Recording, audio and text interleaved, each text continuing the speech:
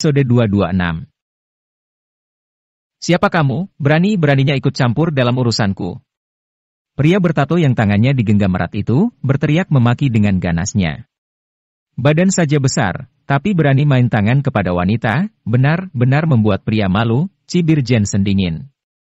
Apakah aku masih perlu diajarkan oleh dirimu? Pergi dari sini, atau aku akan memotongmu menjadi dua bagian?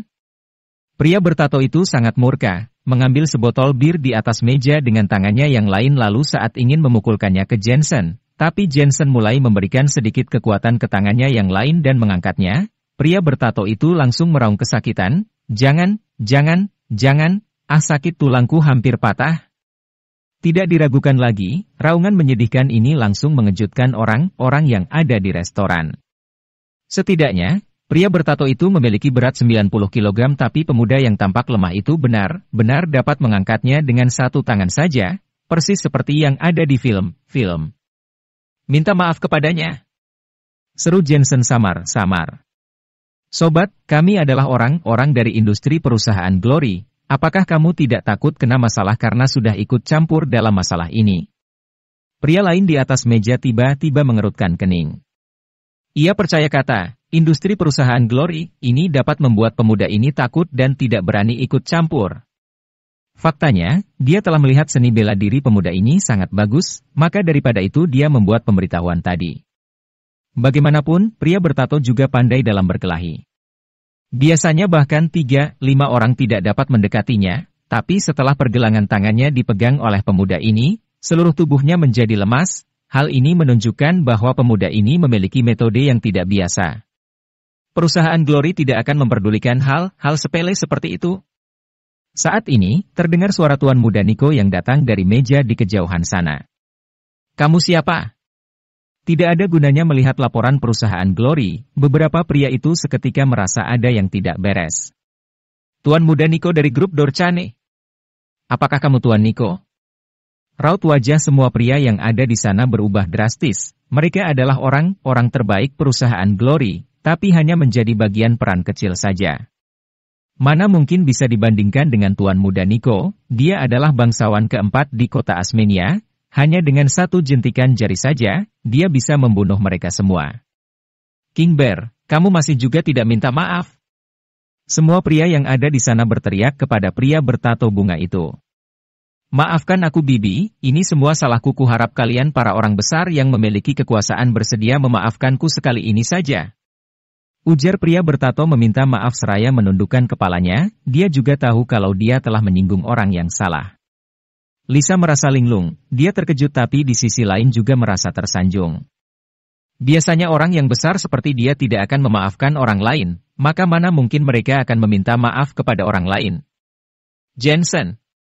Dia juga tidak tahu harus berbuat apa lalu, jadi langsung buru-buru mengalihkan pandangannya ke arah Jensen.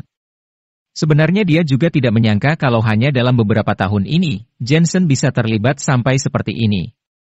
Jika kamu masih ragu-ragu, maka langsung saja tampar dia 3 kali atau suruh dia untuk membayar sejumlah uang, atau jika kamu tidak ingin membesarkan masalah ini, kamu bisa langsung melupakannya begitu saja, jawab Jensen menjelaskan dengan nada yang datar.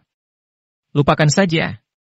Lisa tidak seperti Jensen, dia masih agak takut dengan pada pria bertato ini. Pergi.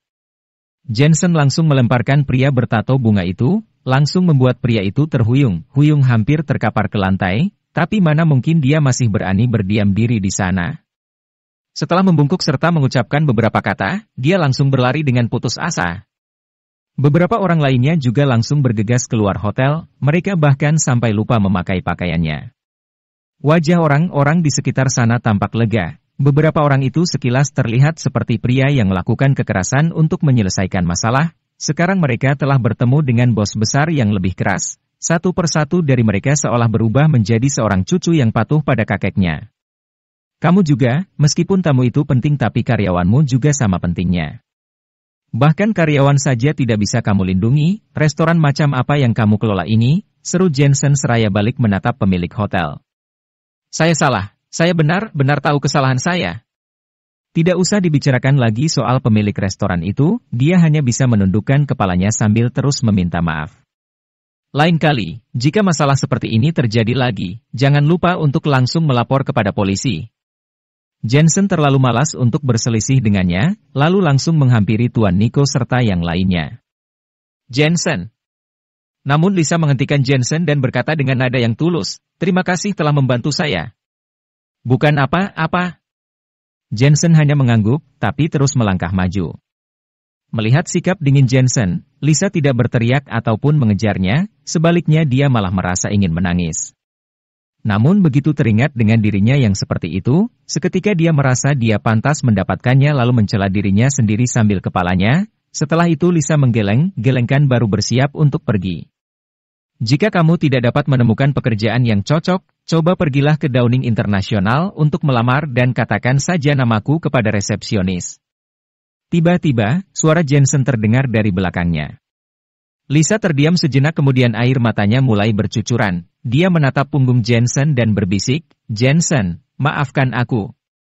Dulu, Lisa merasa Jensen tidak selevel dengannya, tapi sekarang Lisa hanya bisa mengaguminya dan dia tahu kalau mereka berdua sudah tidak memiliki masa depan karena dia tidak layak untuk Jensen. Tapi yang tidak dia duga adalah Jensen tidak membalaskan dendam masa lalunya, tapi malah membantu dirinya. Setelah makan kenyang bersama Tuan Muda Nico, Jensen pulang kembali ke rumah. Ini juga pertama kalinya dia kembali setelah meninggalkan rumah. "Jensen, sudah pulang." Ibu dan ayah Elena sangat gembira. Sejak Jensen dan Elena bertengkar waktu itu, mereka berdua sangat menantikan kepulangan Jensen. Untungnya tidak berselang lama, Jensen akhirnya pulang. "Ayah, Ibu." Jensen buru-buru menyapa kedua orang tua Elena sembari menyerahkan beberapa buah, botol muatai serta tembakau yang telah dia beli sebelumnya. "Wah kakak, kamu sudah pulang, syukurlah akhirnya rumah ramai kembali." Diana yang ada di balkon di lantai 2 melihat ke bawah, raut wajahnya juga tampak sangat bahagia. "Hei, kamu masih tidak pergi ke dapur dan memasak beberapa hidangan favorit Jensen? Lihat berat badannya turun pasti dia tidak mendapatkan makanan enak di luar." Seru Zachary mendesak istrinya, dia benar-benar sudah menganggap Jensen sebagai putranya sendiri. "Baiklah, sekarang aku akan pergi berbelanja." "Bu, tunggu-tunggu, malam ini biar aku saja yang masak." Melihat ayah mertua dan ibu mertuanya begitu antusias, hati Jensen merasa hangat, di sini dia merasa seperti di rumahnya sendiri. Oke, kamu ingin membeli sayur apa tinggal katakan kepadaku, aku akan membelinya," ujar Ibu Maisraya mengangguk. Jensen berencana ingin membuat makanan obat untuk keluarganya. Setelah dia mengatakan apa yang ingin dia beli kemudian dia menemani Zachary mengobrol. Setelah Elena pulang kerja, dia juga sangat senang melihat pemandangan yang hangat ini, kemudian dia pun duduk di sofa untuk mengobrol bersama. Tak lama kemudian, Jensen pergi ke dapur sementara Elena yang berada di dekatnya juga ikut membantunya.